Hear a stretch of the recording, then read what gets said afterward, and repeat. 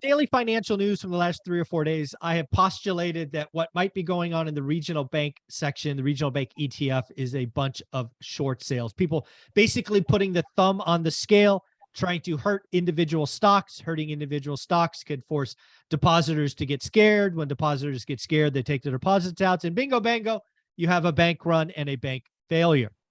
What we've seen the last couple of days is perhaps the threat of the SEC coming in and saying, hey, we're going to eliminate short sales in this particular sector. So I wanted to talk to Taylor, a 10-year Wall Street veteran, about short sales, about my thesis, and whether I'm on or off base. Taylor, how you doing, buddy?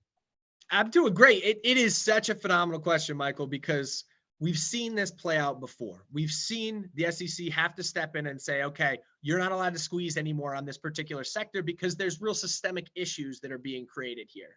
So there's 4,000 banks in this country, vastly more than any other country in the world. Most large established countries have 4 or 5 nationalized banks. We take the more community approach, and our community and local regional banks serve a real purpose. They serve the small and mid-sized business that is the underpinning of our economy. So 99.9% of businesses in the United States qualify as small businesses. They employ 47% of the workforce. So this regional bank, local bank contingent is incredibly, incredibly important.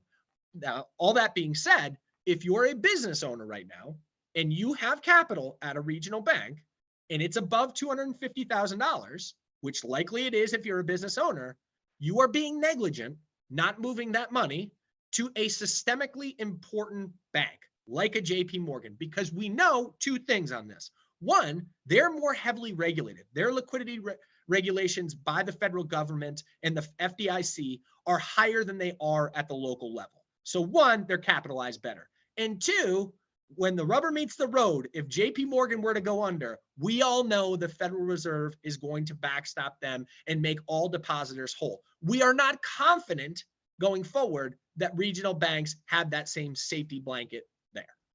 Yeah. So let me ask you about kind of step one of the thesis. Obviously, we had Silicon Valley Bank, Signature Bank, come in, crack. I think that was the first sign that Wall Street, I'm going to say Wall Street because it could be lots of players. I'm just going to genericize, say Wall Street came in and said, oh, goody. Let's go look at some balance sheets. Let's go look at who has the largest percent of deposits over, uninsured deposits. Let's go look at portfolio books. And then let's put our thumb on the scale, beat up stocks, sell them short, which will take the prices down as fear builds. And then again, you're negligent, right? You have banks, I'll say First Republic because they're already gone. You see their stock down 80%. How can you be anybody in a leadership position and if you have, more than 250, frankly, 100 grand, why would you leave it at that bank when you could move it with your phone to JP Morgan or Wells Fargo or whatever? Correct. And then, oh, by the way, the short seller wins. They cash a big check. So I think that's when it started. I think they saw that it worked at First Republic. And now what they're doing, or at least as of last week, they just started beating up the ETF. It's like, hey, let's take them all out.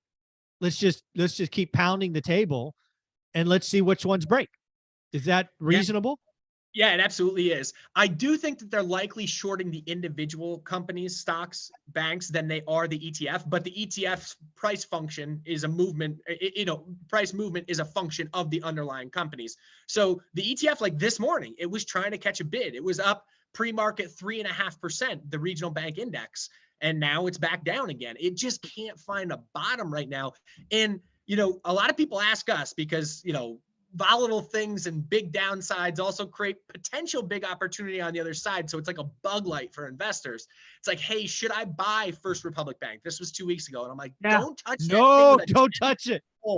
And I didn't know it was going under, right? And it just could have likely been the other side of it. It could have bounced 30% or whatever it is. But that being said, that's a coin toss. That's not investing. That's gambling. Yeah, exactly. So that's the thing with the KRE index right now is if you have all of these companies come in and take these short positions on these stocks, if they do catch a bid, what happens then is you have to have short covering by those hedge funds or whomever it is that's making that bet. And then in turn, they go from selling the stock to then flipping and buying the stock, and you can get a reverberation back upward very quickly. So it's not to say that there isn't potentially money to be made there, but this is a huge, huge gamble right now. This is the bullseye of all hedge fund managers at this point. Stay out of the way. Yeah, again, this is, if you're going to play in this game, just know thyself. You are not investing, you are gambling, speculating. Correct. I'm not saying don't go there, but at least don't call it investing, because that's not what this will be. And in reality, when you look at what the Fed did last week, they kind of said, we're not all that concerned with these small regional banks. Like you can't move when you're seeing the pressure start to, the cracks are very clear, very visible at this point. And as they raise rates, it constrains the lending ability of these companies. It constrains the bond portfolios for these companies. The two profit centers that they have get constrained. So the Fed is like, hey, this is a knock-on effect of controlling inflation, and we can't do anything about it. Yeah, and to that end, I think Jerome Powell sitting there basically saying, I told you at Jackson Hole. Jackson Hole was like 9 months ago, right? Maybe 10 months ago. And basically said pain was coming. Shame on you, right? To use Warren Buffett's phrase, the banks were regional banks were swimming naked. Yep. They didn't pivot. They didn't change. They had 9-10 months to clean it up, and they didn't. And he's like, hey, bad actors, bad performers, that's what capitalism's about. I don't think he's going to bail them out. Really it's don't. interesting that last week was not his best meeting, and I'm usually a pretty, I guess I'm almost a proponent of Jay's. I think positively about him in general. You go back to the transitory comment. Obviously, he looks like a fool there. But then he said, and he backtracked a couple times in his comments the other day when he came out and said, our banking system is sound and resilient, stronger than it was back in March. I just went like, I get you have to provide confidence, but stronger than it was in March. There's $400 billion of deposits have left our banking system since March. You can't just lie say that. Yeah, you can't lie to us, and that's what that was.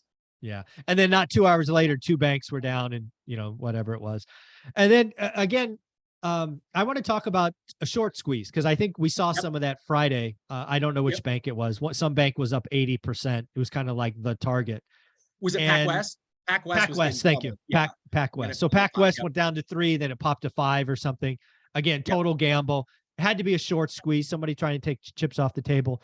But I want to go back to kind of the Great Recession. And it was the first time I remember SEC coming in and basically saying, this is a protected group. Short sellers shall not play here. So what was threatened on Friday is not unheard of. It has happened before, and it may have happened other times. But, an SEC coming in and saying thou shalt not short a segment or a sector is not unheard of. I'm so torn on this because fundamentally I believe in capitalism and free markets. And so I see the side of it saying like, hey, if these people have the ability to make money doing that, let them go. But on the other side, this is the lifeblood. This is the lubricating oil that drives our economy, access to capital, right? Access for that company to go to the bank and say, hey, I want to hire 4 extra employees, but I need to take a loan out in order to afford that. And here's going to be the revenue stream that comes on the back end as a function of me hiring these employees. Or I want to build out that factory, more tangible and easy to understand, whatever it is. So with that, I can understand them stepping in this particular segment of the market and saying, hey, we need to cool it on this because we can't have these things continue to go under. Yeah, to me, it'll be a time frame, right? It'll be 90 days. It'll be whatever it is, 6 months. So it's not unheard of.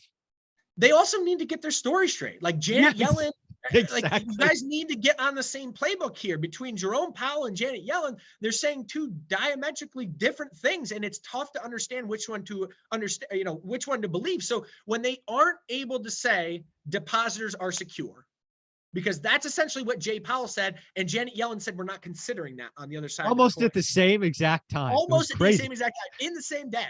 And so if you're a business owner, again, you're kind of just negligent if you don't move the money, because for all the reasons that we already stated there. So what if they were to step in and say, specifically for businesses, which are the ones that have the really high capital intensive balance sheets with these banks, what if they were to step in and say, hey, we'll protect businesses?